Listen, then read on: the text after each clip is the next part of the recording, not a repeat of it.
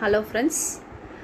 In the previous videos we have seen all the characters, author introduction, and the book wise summary has started in the previous video.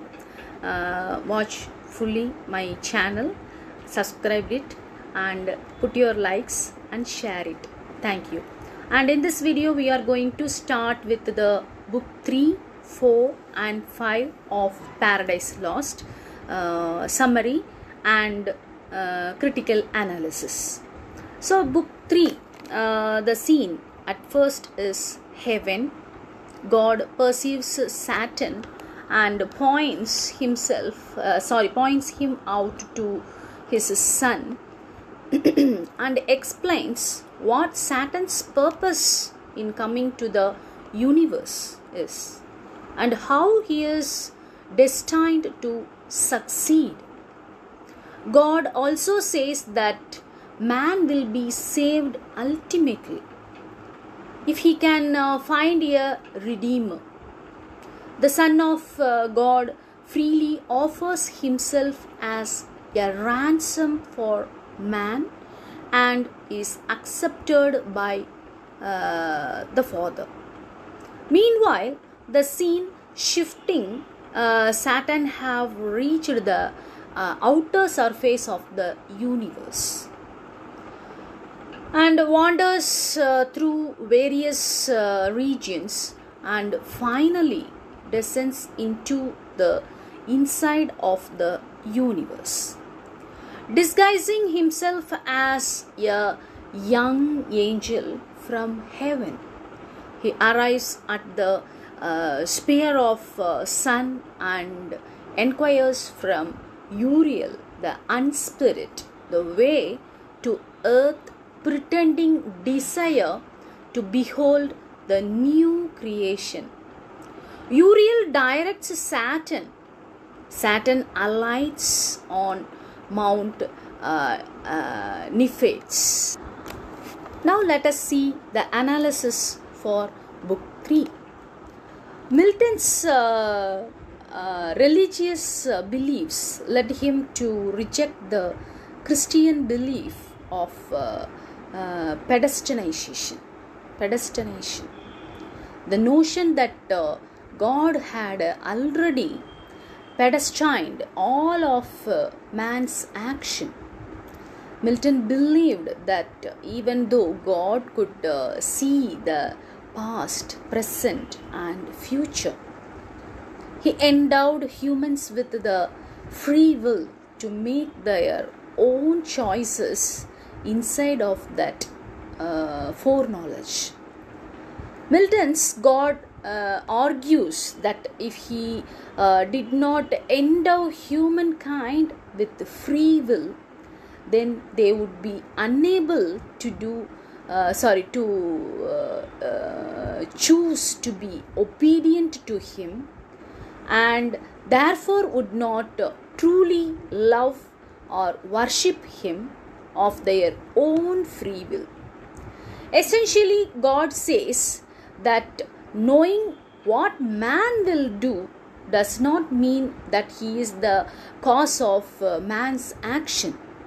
For readers of Paradise Lost, these distinctions seem tricky and even contradictory, since it is difficult to conceptualize that God knows the future, including his own actions, and yet is not responsible for future events.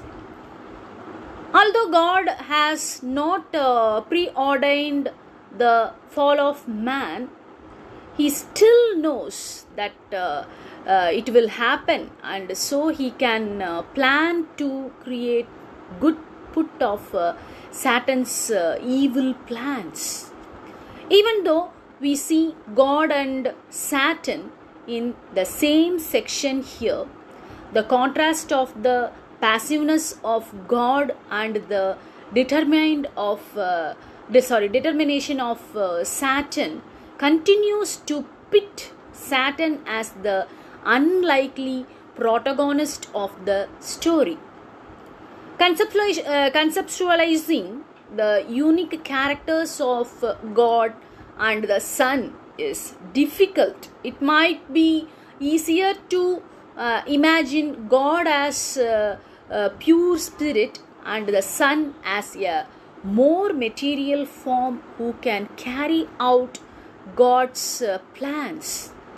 To complicate things further, the Son is also considered to be Jesus, who is a separate figure from God. Milton treats God and the Son as separate characters rather than as the same entity. So this is the critical analysis of book 3. Let us pass on to book 4, summary. Pursuing a while, Satan regrets having rebelled against God.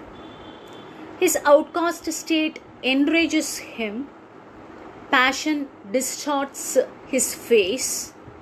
Uriel, watching him, now knows him for an evil spirit. Next, Satan journeys on towards Eden. Seeing Adam and Eve, he overhears their talk concerning the tree of knowledge and decides to use the tree of knowledge to bring about the fall of Adam and Eve. At night, he tries to tempt Eve in a dream. He is discovered by Gabriel. A battle between Gabriel and Satan is imminent, but is averted. Satan flies. This is the summary of book 4. Now let us see the analysis for book 4. Because Satan ultimately refuses to repent to God, all that is left for him is suffering and hell. He remains determined to spread that suffering to God's new world. Even though Satan is moved by beauty of paradise and the innocence of Adam and Eve, seeing what he can no longer attain moves him to recommit to his plan of corruption. So Milton again shows Satan as a somewhat sympathetic character, afflicted by envy and doubt. It's no coincidence that this is also the first time that the reader has access to Satan's internal thoughts, which conflict with his outward displays of confidence and hubris. The idea that hell can exist in Satan's mind as well as being an actual place is an important concept after Adam and Eve are told that they must leave paradise. The archangel Michael assures them that paradise is not just a physical location but a state of mind that they can find within themselves. And the tree of knowledge and God's command that Adam and Eve not eat from it, it suggests the connection between ignorance and innocence. Adam and Eve are so ignorant that they don't even understand the concept of their punishment, death. Eve's story of coming into existence and hearing about her origin reflects the prevailing beliefs about women during Milton's time that women were inferior to men. Milton portrays Eve as vain when she gets caught up in her own reflection and is unable to recognize Adam's superiority. When she first sees him, Milton argues that Adam is in communication with God, while Eve primarily experiences God indirectly through her love of Adam. In Saturn's eyes, this makes Eve the easier target of his temptation. However, it is important that Milton explicitly says that Adam and Eve, as a married couple, have a physical relationship, and there is nothing implicitly evil or corrupt about sex. God's interference in the conflict between Saturn and Gabriel shows what power he has over everything, a power that Saturn recognizes, causing him to flee rather than stay and battle with Gabriel. Let us pass on to the book 5 summary. The book 5 scene is still in Eden. Adam and Eve worship God and do their work. Raphael, at the behest of God, warns Adam of Satan's plot. Raphael narrates the rebellion in heaven which led to Satan's fall. Now let us see the analysis of book 5. So Adam and Eve are right to be troubled by Eve's dream, for it's unlikely that she would have come up with the idea of disobeying God on her own. But Eve has committed no sin. The temptation came from Satan, not her own inclination. Yet the dream is still a foreshadowing and plants a seed of uneasiness in both Adam and Eve.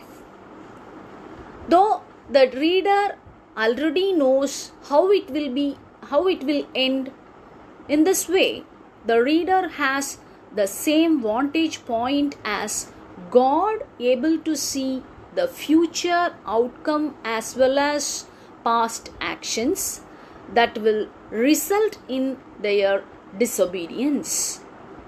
And as much as earlier God or the reader would like to prevent disobedience, free will dictates that only Adam and Eve could have prevented it. Raphael's meeting with Adam and Eve heightens the inevitable tragedy that will befall them, since Raphael is there to explain that they have free will, and so any choice to given into temptation will be their error. It is ironic that Raphael is sent to provide them with knowledge about their own ignorance, and it which should help them resist temptation. In the end, the irony is evident in that Adam and Eve know what will happen if they given in to temptation, but do it anyway.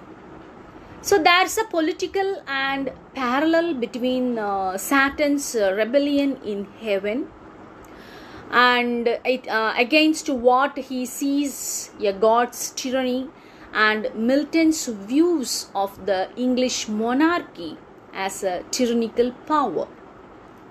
Yet Milton uses the angel Abdiel as the lone voice justifying the ways of God, and such seems to be suggesting that God's rule is rightful and just.